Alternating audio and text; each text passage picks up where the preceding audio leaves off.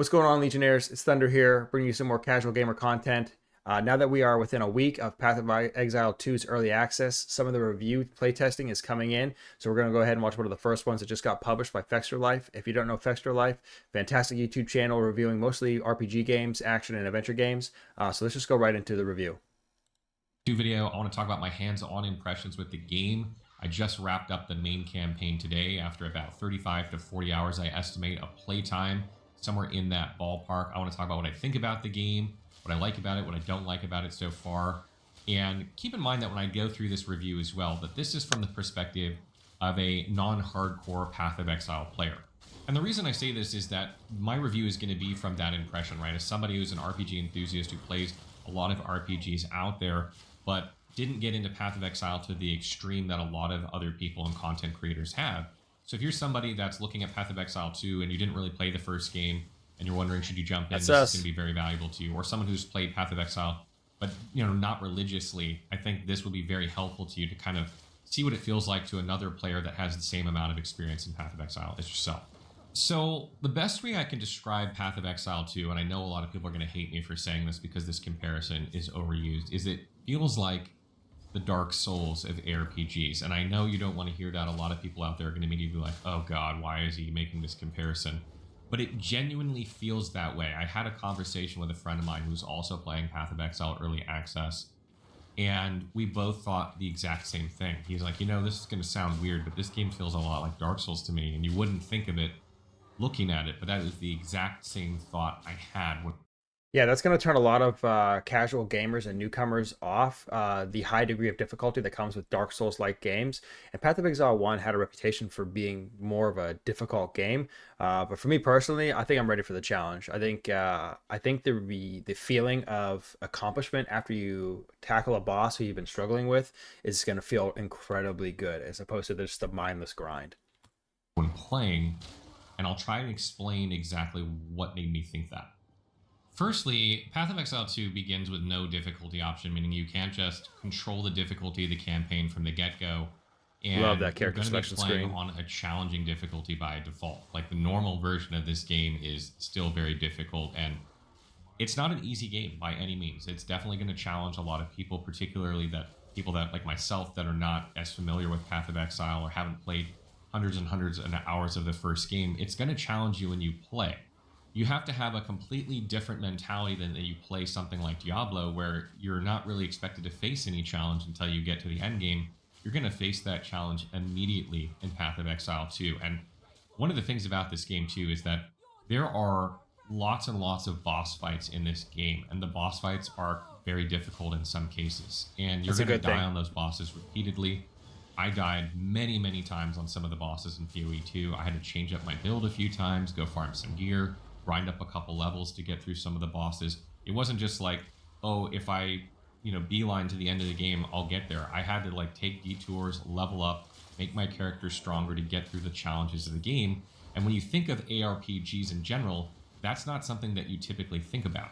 You typically think of, I'll just face roll the campaign and then get to endgame, and that's where the challenge really is. A lot of easy mode ARPGs out there. Here. And let me tell you, it feels so rewarding when you down some of these bosses after 5, 6 tries, 10 tries, something like that, where you really have to go in there and play well in order to beat the boss. It's not just some overpower build, particularly when you have a brand new character and you don't have like a horde of loot in your vault that you can just go pull out and make them super OP. But it's going to challenge you, and it's going to feel so rewarding when you finally down those bosses. And the best thing I can say, or the best comparison I can make here, is it gave me that same Dark Souls feeling, that Elden Ring feeling when I completed those bosses, that it just felt really rewarding to do so. There is a second difficulty in this game called Cruel that you will unlock after you defeat the game or complete the campaign, the first 3 acts of the game. It will basically unlock 3 new acts to play through that look like they kind of rearrange the order of the game a little bit. Map but it is seems gorgeous. like similar areas with maybe souped up enemies and things like that. But once you complete that, my understanding is that you'll unlock the end game for PoE, so then you'll be able to get into that. Secondly, enemies respawn on the map when you die now, and this absolutely makes the game feel more like Dark Souls. I know some people are going to hate that. Some people are going to hate that. Sometimes when you run into a pack of enemies in a certain area, you'll get killed, or maybe you get one shot by a mechanic you didn't see and you'll die. And it definitely makes death feel more meaningful in the game. You can't just AFK, and if you die, big deal, you respawn and then run back to where you are. You like have to pay attention to what you're doing, and it adds a certain amount of tension as you're making your way through the game. And at the moment, this is a bit of a double-edged sword. I think it's for two reasons. First of all, the maps in some cases are absolutely astronomically large. We're talking like 1 to 1.5 hours to get from one side of the map to the other if you fight your way through and explore everything. They're quite large, and if you die a couple times and you have to run that a few times, it can Damn, look at the size of that overlay. Holy cow. That is awesome. That is still take you like awesome. 10, 15 minutes or 20 minutes to get, to the end again. And then if you get close and die and have to do that again, it can be somewhat frustrating. And secondly, it feels like maps as a whole, even though there's structures there and there are some events in them, feel like they're missing a lot of those random events that happen. And I expect these more and more of these to be added as the early access develops. But at the moment, they feel a little bit empty. So when you are running all the way through and die and running all the way through and die and running all the way through, but you're not seeing that too many interesting things happening, it can also lead to a little bit of repetitiveness. And this is something that I expect to get ironed out, through the development of the game. And the next thing to mention is that a lot of mechanics of the game are not explained well, or they're not explained at all. And you really have to figure these things out as you go. And while that might seem like a negative when you hear that, it's actually one of the things I really like about Path of Exile 2, because even after getting all the way through, I can tell you that I just feel like I just scratched the tiniest surface of this game. Like, I feel like there's so much more to discover about it, particularly when it comes to mechanics and builds and, lore. Like, I didn't spend a ton of time looking through that, but I imagine that will get more and more interesting as I play. But I feel like I just barely touched what this game is after one playthrough. And if you're someone that loves to tinker with builds and play styles, That's and, what and you can GGG is see the known for. synergies between things and kind of theory craft, Huey 2 feels like it's like 3 games wrapped into one with the amount of things that you can do in terms of build variety. I think I'm not A exaggerating when lot I to say sink your that. teeth into. It feels like there's almost limitless combinations of builds in this game. And if you're a build enthusiast like I am, I think you're going to continue to discover combinations months and months after this game comes out, if not years. And it's something that's absolutely fascinating. And it's probably the biggest draw for me in this game. And I know it is a huge draw for a lot of longtime players as well. I think they said there was something like 100 skill gems and then 400 support skill gems. You can 5 link or 6 link each skill. So the build variety is going to be deep, deep. And one major change that I really love that they've done to the game is they've made it now so it's a lot easier to respec your skill points in the passive skill tree. There's simply an NPC that does this for amount of gold. The amount of gold seems to increase the higher level You that got you to do it one are. at a time, though. One So note at you a can time. really mess around with your skill tree a lot more. And, through my playthrough, I removed points and put points. Jonathan Rogers confirmed there's no single button reset of the whole skill tree. So that's kind of like a double-edged sword. It's a good thing and a bad thing. Probably like a good 50 to 100 times, just experimenting with different combinations. And this really allows you to kind of go wild. Like, you can't just do it 1,000 times because you have that gold limitation there. But it does allow you the freedom to experiment and try different things, even in your passive skill tree. And I know maybe some hardcore players out there won't like this change, but I think it's such a good change to bring just a tiny bit more accessibility to players that like that mentality and don't want to feel like they have to start over or follow religiously some guide online, and that they can experiment and play around with it on their own. Yeah. I think that's a massive, massive win here. Every item in the game is tradable except for gold. Everything is tradable except for the gold currency, which is tied to the respecking. So yeah, you won't be able to just buy your way into respecking a million And times. another thing that I really enjoy too is that the skill gems in the game are not as randomized. Now you have uncut skill gems that you can convert into sort of the gems that you want for your build, which allows you to make progress in your build more consistently. It's still somewhat randomized, right? Like, these are still random drops from enemies and bosses, and you don't get them all the time. But when you do get them, it's always great to see them because you know your build will get stronger from them because you can turn them into what you need instead of getting random skill gems that maybe have nothing to do with the build that you want. Now you're going to be able to basically always use these whenever you see them, and that's just a great, great addition in my opinion. I absolutely love the theme of the game, the dark theme of it, the art direction, absolutely outstanding in my opinion. And I love the way the game looks, and the details on skill effects and boss designs are frankly the best in the industry in this genre. It makes all the difference. When you're looking at them, you're just blown away by the amount of detail. Like, you can see things moving on the bosses, like effects happening on the screen that just look really good. And it really adds to the immersion of the game. You can see that The style of the game was clearly inspired by games like Diablo 2, with light emanating from the player and dark spaces around them. There's even a light attribute. Really, really enjoy this, and it's kind of a throwback, but also like a progression of that at the same time. Absolutely, hands down, the best I've seen for this genre so far. I will say though that I don't love the map designs completely. I kind of mentioned this a minute ago, but a lot of the maps are really large with a lot of kind of similar elements in them, and like as you're exploring you might see the same thing again and again. Particularly Act 2 felt very samey to me. It's probably because of the biome is like a desert, but I do kind of wish that in my mind that the maps were a bit smaller, maybe like two-thirds the size, and maybe there was a few more maps instead to just kind of make the variety a bit more. As it stands now, a lot of the maps look very similar, and so there isn't quite as much variety as I would like.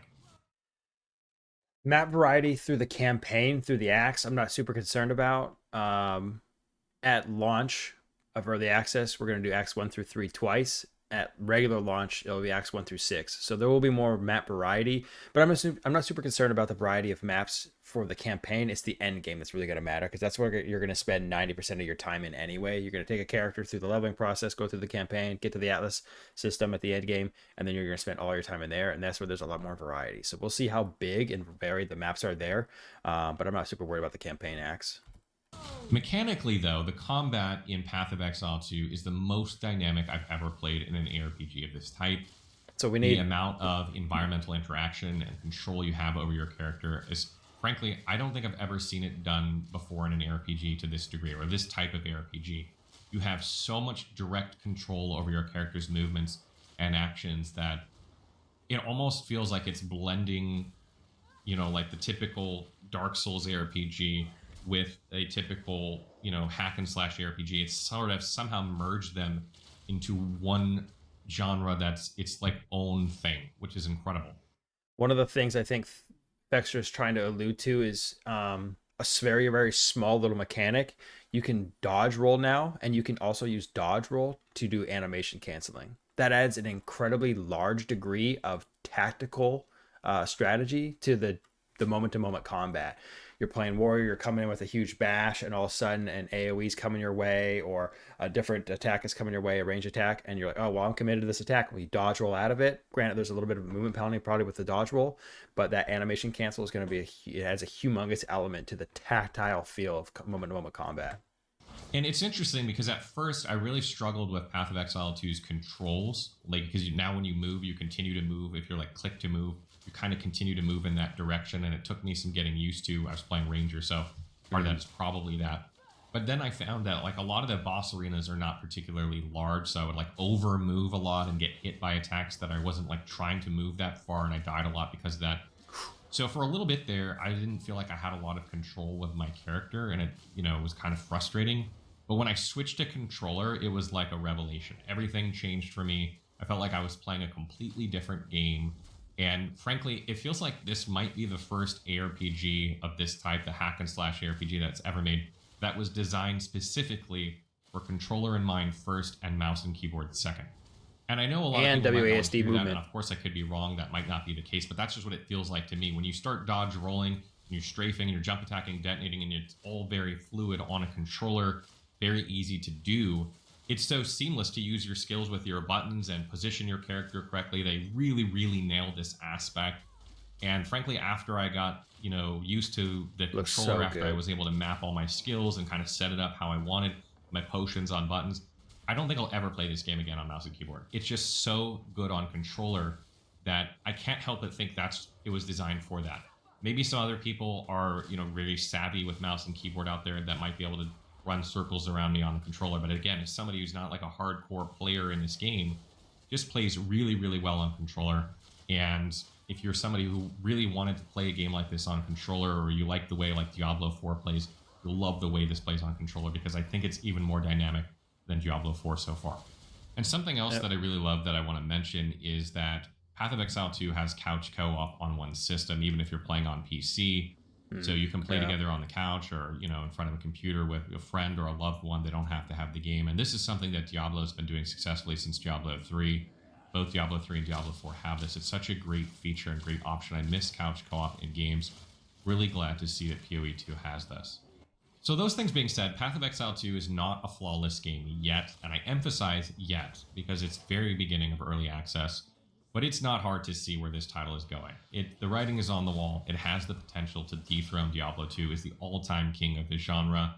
And my guess It's a bold statement, but I kind of see where he's getting. is that it will likely surpass it. There are still issues with the game. Obviously, it's early access, namely bugs, missing content, crashes, stuff like that. Controller, even though the controls are really good, sometimes it the menu hangs for 10 seconds when you're using controller, which doesn't happen on mouse and keyboard. Interacting with some things in the environment is not as easy. The combat is great, but there are other little caveats there that make it a little bit more difficult. But again, I want to emphasize that this is an early access. These things are expected to happen. I'm not, drawing attention to these to say, oh, I'm just simply saying that it's going to take some time to iron these out. That's what early access is for. But Exactly. even with these things, you can see where this game is headed. Early access, definitely for testing bugs, balancing tested tests, which is an ongoing, never-ending battle anyway. Action RPGs are never completely balanced, regardless. But yeah, the biggest things for the first few days is going to be server stability because they're going to get slammed by overloaded login attempts, game breaking bugs, and then little quest breaking bugs and stuff like that won't let you progress the campaign. Grinding Gear Games and Chris Wilson are the best in the business at what they do, and I strongly believe that they'll join the annals of greatness alongside the likes of Larian and From Software after the release of this game. They have an extremely good reputation and track record as the gaming industry as a whole, but much like Larian with Divinity Original Sin, they weren't quite as well known until they made Divinity Original Sin 2. And I think the same thing is going to happen here with Path of Exile 2. This game is going to explode. They're going to get the recognition that they undoubtedly deserve, and they're going to be up there with, best game developers in the industry as a shining example of the types of games that are possible when you have a great team and a great leadership. GGG already has an incredibly loyal fan base. It's a team based out of Australia. I think this game is going to be kind of like a best of both worlds. It'll be a little more casual and bigger audience friendly, but still deep and complex enough to maintain those hardcore blaster action RPG community members. Um, but yeah, I think I have a feeling myself just from seeing all the playtesting and the things that GGG has done and listening to some of their interviews. I have a pretty strong feeling that this game is going to kind of open up the ARPG community to the rest of the gaming community, as well as kind of really put GGG on the map outside of just their genre. So that wraps up our video about Path of Exile 2. I will try and get some impressions out of the end game as soon as I get there and get through it a bit to try and describe what it is and what I like about it, what I don't like about it, so you can look for that in the future. And I'll also have some class guides out there to kind of give you a general idea of how to play specific classes in the near future as well. Well, I want to hear from you guys. What do you make of Path of Exile 2 out there? Do you think my statements are overblown, that this could potentially be a Diablo 2 dethroner in terms of quality and going the distance over a long period of time? I mean, sane for thinking Time will that, tell. or have you guys suspected this as well? Let me know in the comments below. Awesome video, Fextra. We're going to go ahead and put the link in the description for this video to his channel and his video. If you haven't checked out his other videos, he drops amazing reviews, guides. He covers all kinds of different games, not just Path of Exile and Diablo and stuff like that. So go ahead and give him a like, subscribe, give him some views. But yeah, I couldn't agree more. I think the game has an incredibly high skills ceiling. I think it's got a ton of potential to become one of the greatest, if not among the greatest action RPGs of the last 20, we'll say 30 years, because Diablo 1 came out so long ago. But that wraps it up. So thanks for watching, and we'll catch you guys on the next one.